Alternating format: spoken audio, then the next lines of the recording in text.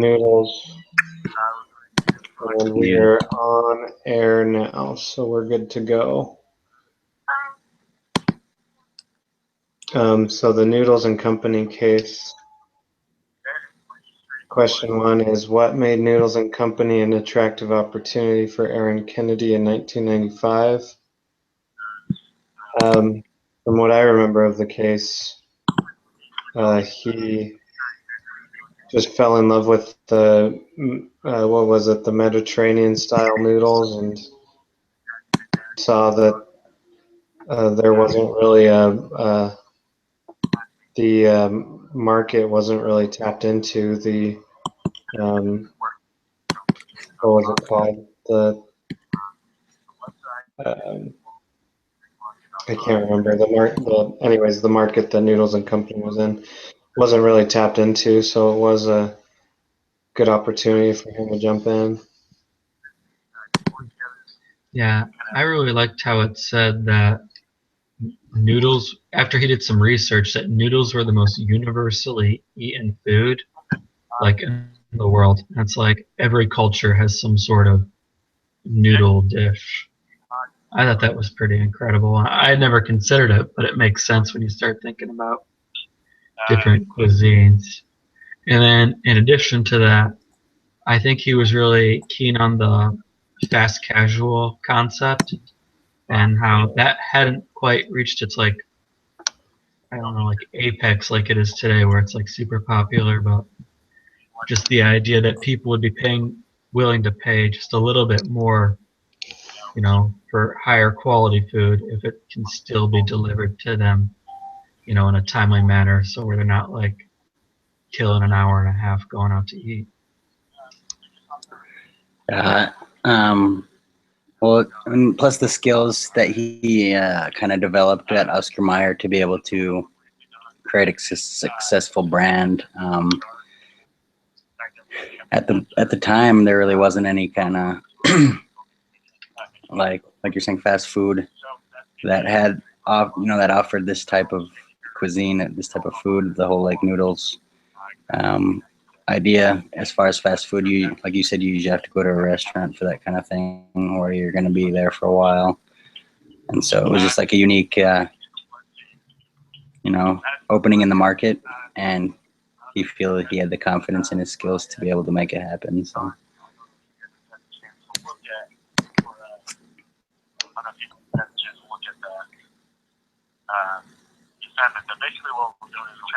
Yeah, that sounds good.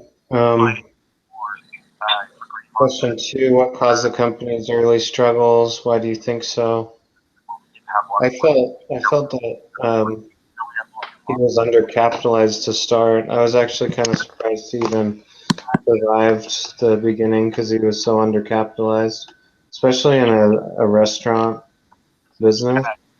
You need a lot of capital to start. So I think he's lucky he even got it off the ground personally. And then there were other problems I saw later on, but to start, I would say that was his biggest struggle.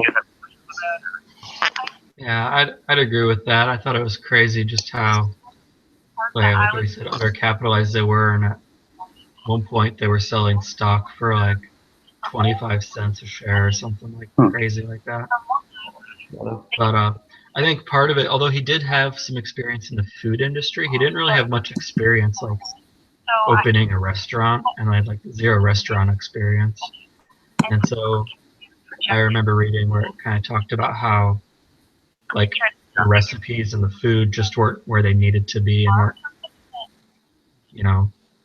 delivered in a timely enough fashion. And so I guess just a lot of the ins and out of running a restaurant, he seemed pretty ill-equipped to kind of start a restaurant in the first place.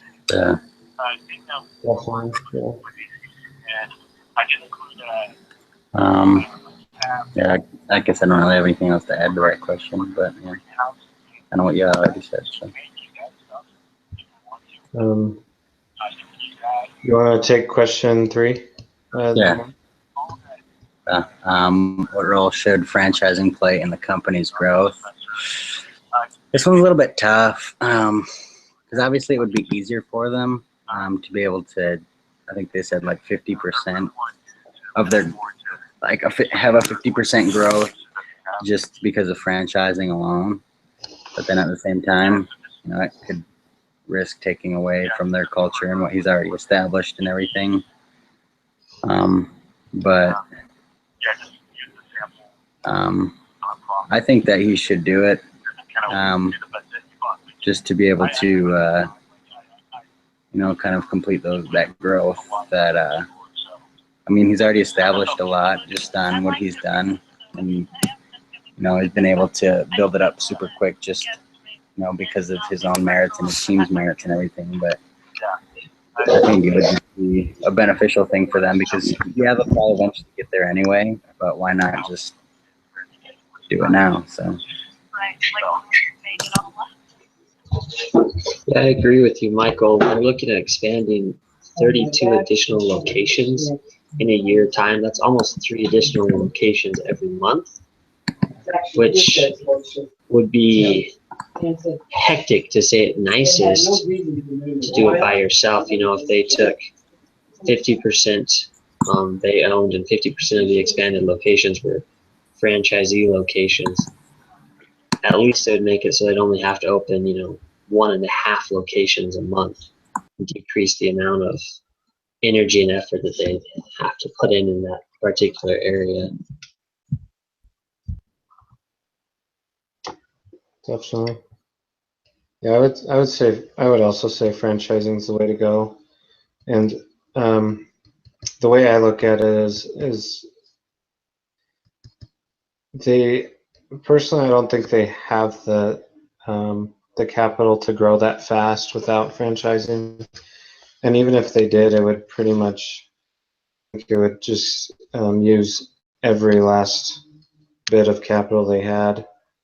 With franchising, I know that they want to protect their culture, but I feel like franchise owners aren't at the wheel. They're trying to just duplicate what the companies already did to have success. Otherwise, they wouldn't go into a franchise. So I think franchising, they can't ensure there too. So I don't think they really have. If they want to grow that fast, I think the only way to do it is franchising, personally.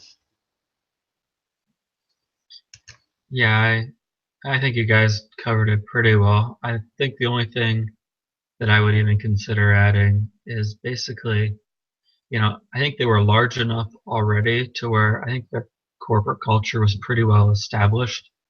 So I don't picture them, you know, running into too much issue as a franchise to be able to maintain that corporate culture. I mean, obviously, like franchise owners themselves just don't have like free reign to do whatever they want. There'll be supervision.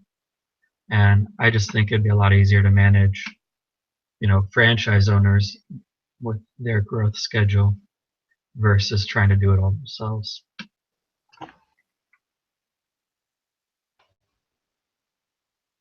Yeah, well said. I think we covered pretty much everything with noodles. Anyone else want to add anything? Or I'm good. all right, perfect.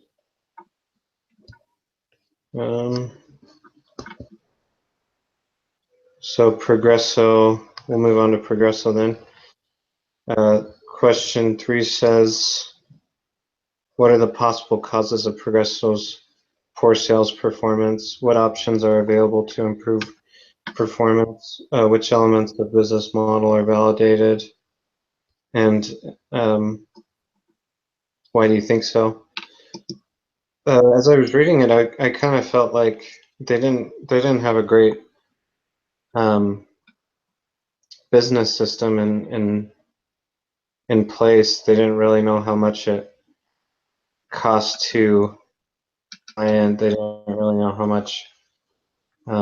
They kind of knew how much each deal brought in to the company, which was I think 180. But then it also said that they lost $100 every $1,000 they gave out in delinquency. So I don't know. As I was reading through it, I was like, this isn't a very good business model. I don't know what you guys think. Yeah, I completely agree. I think there was a lot of things wrong with it.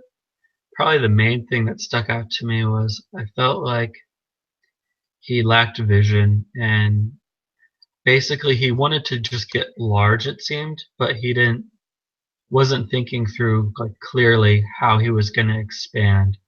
It just kept saying he wanted to like grow into all these different stores, but it seemed like he was moving a lot of different directions, which kind of caused him to make some bad decisions. Like, I think going into Sears, for example, was a terrible decision because Sears, had their Sears credit card that the employees would direct people to use when they need money of some sort. And so basically he was competing with the store whose location he's in. And it just seemed like there was a lot of real poor decisions, you know, that he was just more concerned about growing larger, which made him make, I think, some bad business decisions. Yeah, going along with what's already been said, I thought that it was a wonderful need that was there and a good idea to meet that need. Good business idea, just poor execution and a little, I don't know, misguided business plan or lack of direction, like you said.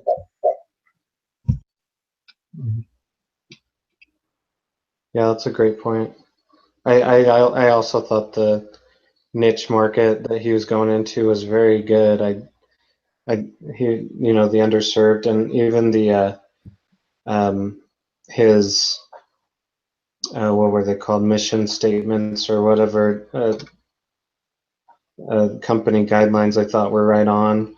The way they looked at alternative credit modes besides FICO, I thought were really strong as well. But like you guys were saying, he just didn't have a good execution plan. And I thought David's point was really good, that he was kind of competing against Sears. I hadn't looked at it that way, but I think you're right. And he should have. I think he needs to look for opportunities to make strategic partners rather than being in a Sears situation. So I think there's possibility of stores wanting to bring him in where people need loans to make a purchase, where that might be a good opportunity for him rather than having a competing environment like Sears.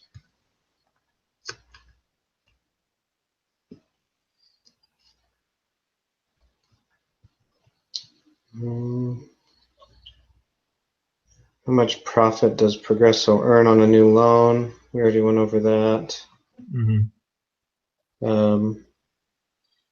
I didn't do a break-even point analysis. Does anybody have any information on that? I didn't do that as well. Okay. As a group, you must change the current compensation plan to improve the number of loans made per month.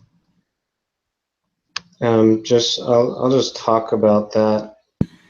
I didn't read much into the compensation plans, but I think obviously they're not very strong, and I think they don't have the ability yet to make a good compensation plan because their business model isn't strong enough. So they don't make enough off of each loan, in my opinion, or maybe they do make enough off of each loan, but it costs too much to get a loan. Yeah, I guess Because they don't have business that's partners. kind of what I wrote about in my little journal thing, was just the kind of like the freedom they had to be unique and be creative, and the creative atmosphere that was kind of encouraged as well as established there. How usually new ideas ideas are kind of stomped on in any kind of other business where people want to like improve things or change things. That's not usually encouraged in like a normal company. One But of the in this things one, when you it's look at the like acquired, compensation plan that I and know I that really like how they, like someone they said in the paid their video, they employees, their sales rebuilt force that, $8 an they hour, rebuilt the and shopping then cart, something that how they also paid them we never per think was a sales necessity, but made, per like just to kind of loans as an made. exercise and spark And I creativity. think if they That's what dropped they did. the So base pay of $8 an hour and just made it purely based off of sales per month, that one, their sales would increase, and two, their expenses in that area would only increase comparatively to the income that they would have. That was one of the things I noticed. I do think, though, going on to further questions, that if they did that, they'd lose a majority of their current sales force, because the sales force right now, as the case stated, is content getting the $8 an hour, and they don't see the sales goals as being achievable. So I think if they switch their compensation plan too dramatically, especially as dramatically as I stated, that they'd lose a majority of their sales force, then they'd have to find somewhere else to regain and repopulate their sales force. Yeah, I agree with that. I think their sales force, in addition to like what you were saying, was a big issue that they had, and part of the reason they were never profitable. One, the fact that they were like unmotivated, and I think they were just poorly trained in general. It sounded like they just took, employees from the store and just kind of threw them into the Progresso shop. It just didn't seem like it was the best fit for them. Yeah, I definitely agree with that. It's a good point. I think we covered all the questions there. Does anybody else have anything to add? No, I'm good. All right, I'll go ahead and stop the broadcast then.